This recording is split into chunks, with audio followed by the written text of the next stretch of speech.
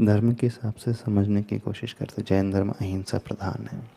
सूर्यास्त के बाद पूरे वन वातावरण में असंख्यात रस जीवों की उत्पत्ति हो जाती है जो हमें दिखलाई नहीं देती है। तो रात्रि में जो भोजन करता है एक प्रकार से शास्त्र के अनुसार कहें तो वो मांस का ही सेवन कर रहा है। मेडिकल विज्ञान के अनुसार यदि हम समझने की कोशिश करें तो हमारी जो जठराग्नि है अथवा हमारा डाइजेस्टिव सिस्टम है, सूर्य उदय से लेकर सूर्य लगभग 1-2 बजे तक बहुत पावरफुल बना रहता है। लेकिन सूर्यास्त होने के पश्चात हमारी जो सर्कैडियम रिद्म है, यानी हमारी एक बायोलॉजिकल क्लॉक जो बॉडी की है, नेचर के अनुसार जो चलती है, सूर्योदय से सूर्यास्त तक इस पीरियड में बहुत अच्छी बनी रहती है। और सूर्य का अस्त होते ही उसकी जो क्षमता है वह भी कम होने लगती है। तो उससे पाचन तंत्र भी प्रभावित होने लगता है। तीसरी बात, शरीर विज्ञान के अनुसार देखें तो जो यदि रात्रि में भोजन करेगा तो उसका भोजन अच्छे से नहीं पचेगा, वह विश्राम आदि ले लेता है तो कई बीमारियों को उत्पन्न होने की संभावना बनी रहती है और वह प्रमाद को भी उत्पन्न करने वाली होती है। इस अपेक्षा से भी उसे रात्रि में भोजन नहीं करना चाहिए।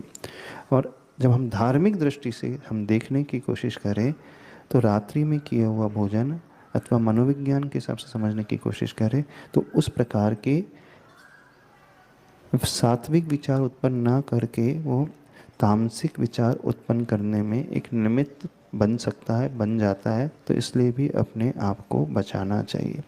तो होना तो ये चाहिए सर्वश्रेष्ठ रूप से रात्रि में चारों ही प्रकार का आहार पानी का त्याग तो श्रावक को कर ही देना चाहिए। लेकिन जो इतना नहीं कर पाता है तो फिर आगम में एक और व्यवस्था आती है। यदि जो महाव्रत नहीं ले सकता है तो उसके लिए कहा गया अणुव्रत ले लो। अब अणुव्रत के कई भेद आते हैं। एक अणुव्रत वो रात्रि में चारों प्रकार के आहार का त्याग, एक होता है कि रात्रि में वो अन्न का त्याग कर रहा है लेकिन 3 प्रकार का नहीं कर रहा है। एक होता है फिर और क्षमता नहीं होती है तो एटलीस्ट वो जल को छोड़ करके अन्य सभी प्रकार का त्याग कर देता है। तो ये अपनी भूमिका के अनुसार 4 का कर सकते हैं, 3 का कर सकते हैं, 2 का कर सकते हैं अथवा 1 का तो कर ही सकते हैं। और ये भी नहीं कर सकते हैं, पूर्ण रूप से सूर्यास्त के बाद नहीं कर सकते हैं, तो एक नियम बना सकते हैं कि हम एक टाइम लिमिट सेट कर लें, उसके बाद हम नहीं करेंगे। सर्विस क्लास है, मान लीजिए 10 बजे लौट करके आ रहा है तो टाइम बना रहा है कि 10 के बाद हम नहीं करेंगे, 11 के बाद नहीं करेंगे। तो एक संस्कार तो पैदा होना चाहिए त्याग का, नियम ग्रहण करने का और धर्म के प्रति आस्था का भाव का और अहिंसा के प्रति आस्था का संस्कार तो अवश्य पैदा होना चाहिए। तो अपनी क्षमता के अनुसार कोई ना कोई नियम व्यक्ति को ग्रहण करना ही चाहिए। चलो, आपका कोई प्रश्न है ना? है थोड़ा सा आप लोग भी नियम लोगों की नहीं तो लेना चाहिए उसमें से। जिसके मन में नियम लेने की भावना नहीं पैदा हो रही है उन्हें अपने गुरुओं को देखना चाहिए।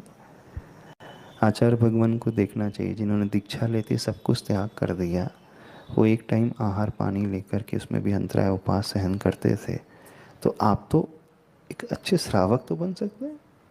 भले ही आचार्य परमेष्ठी जैसे महान ना बन पाओ, भले ही मुनि महाराज जैसे सब कुछ त्याग ना कर पाओ, तो लेकिन इतना तो एक जैन कुल के योग्य अच्छा श्रावक जिसमें कुलाचार का पालन होता है। और जैन कुलाचार में एक सबसे बड़ा नियम आता है रात्रि भोजन त्याग और मांसाहार का त्याग। तो आज के वर्तमान परिवेश में वो इनडायरेक्ट मांस भी कंज्यूम करता चला जा रहा है, तो उसका भी त्याग का वो कर सकता है। उसे इस प्रकार से अपने आचरण को बनाना चाहिए।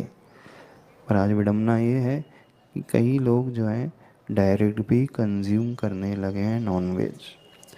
बाहर बड़ी बड़ी सिटीज़ में रहने वाले जो हैं, अब्रॉड में रहने वाले हैं अथवा कुछ बच्चे जो हैं अपने फ्रेंड सर्कल के प्रभाव में आकर के इस प्रकार का आचरण उनका बिगड़ता चला जा रहा है। तो उनसे कहना है अपने कुल को देखो, अपनी वंश परंपरा को देखो, कहाँ तो आपके पूर्वज कितना त्याग करते थे और आप अपने उस जैनत को भी मेंटेन नहीं कर पा रहे हो, तो कम से कम पूर्ण शाकाहारी तो उसे अवश्य होना चाहिए। जो योगी होता है वो रात्रि के अंतिम प्रहर में कभी सोता नहीं, यानी 3 बजे के आसपास वो उठ ही जाता है।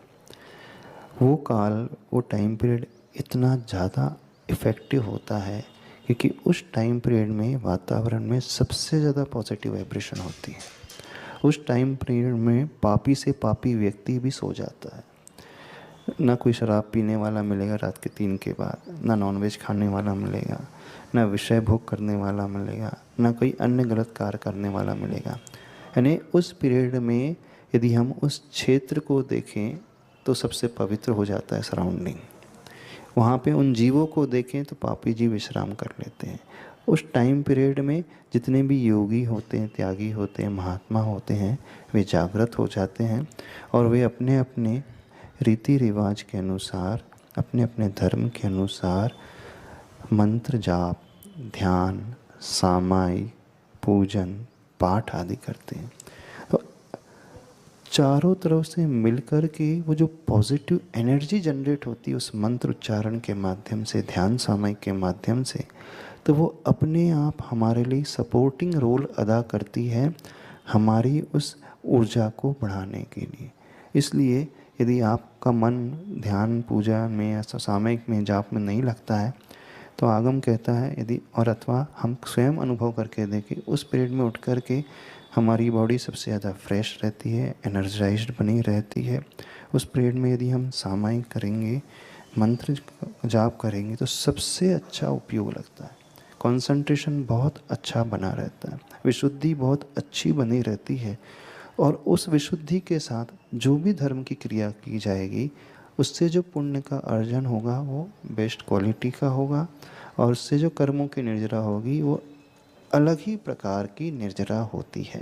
इसलिए वो समय सबसे मांगलिक, सबसे पवित्र माना जाता है।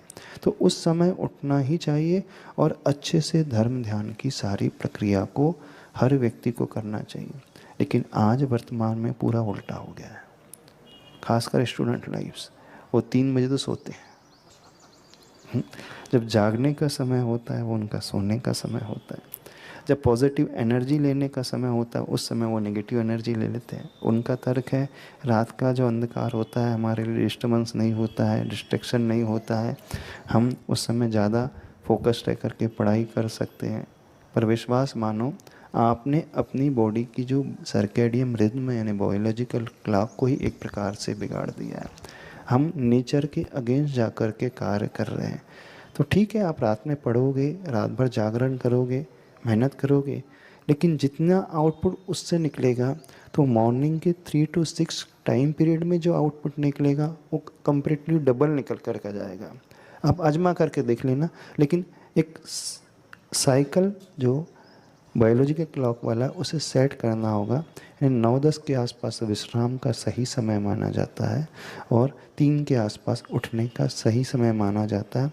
उससे हमारा शारीरिक स्वास्थ्य अच्छा रहता है, सर्कैडियन रिदम जो है प्रॉपर बनी रहती है, हमारे वेकअप का साइकिल है और स्लीप साइकिल है और डाइजेशन साइकिल है और रेस्पिरेटरी सिस्टम है, अपने आप प्रॉपर बना रहता है।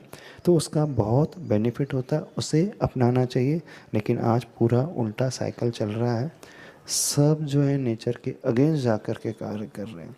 जिन्हें स्टडी नहीं भी करना है तो दिन रात भर टीवी में लगे रहते हैं, आईपीएल में लगे रहते हैं, उधर उधर में लगे रहते हैं, अथवा वो सोशल मीडिया में लगे रहते हैं। तो थोड़ा सा अपने आप को संभालो। अब ब्रह्म मुहूर्त भी कहा गया। अब देखो, नेचर में जितने भी पशु पक्षी हैं वो नेचर को फॉलो करते हैं। वो अपने आप, उनके पास कोई क्लॉक नहीं रहती, अपने आप इस समय उठ जाते हैं और शाम सनसेट होते ही वे अपने आप अपने घोंसलों में, अपने उस इंसानों में चले जाते हैं। अपने आप वो भोजन बंद कर देते हैं, अपने आप वो सारी एक्टिविटी से विश्राम ले लेते हैं। इसलिए पशु पक्षी कभी बीमार नहीं पड़ते, क्योंकि वो उस नेचुरल साइकिल को अपने जीवन में फॉलो करते हैं। सबसे ज़्यादा बीमार मनुष्य पड़ता है और वो भी वर्तमान में इतनी सुविधा होने के पश्चात आज बीमारी क्यों बढ़ते चले जा रही है। आज जो है नींद की समस्या क्यों होते चले जा रही है, आज जो है इंडाइजेशन की समस्या है, आज जो है टेंशन की समस्या है इतनी ज़्यादा क्यों होते जा रही है, आज जो है मेंटल स्ट्रेस लेवल इतना क्यों बढ़ते चले जा रहा है। सिर्फ इसका एक बहुत बड़ा मुख्य कारण जो है वो उस नेचुरल लॉ को इम्प्लीमेंट अपने जीवन में नहीं कर रहा है, नेचर के अगेंस्ट जा कर के कार्य कर रहा है। तो अपने जीवन को, अपनी विचारधारा को थोड़ा सा सुधारे, समझने की कोशिश करें। बोले महावीर भगवान की। जिनवाणी के ज्ञान से सूझे लोकालोक, सो वाणी मस्तक धर्म सदा दे। हे जिनवाणी भारती तो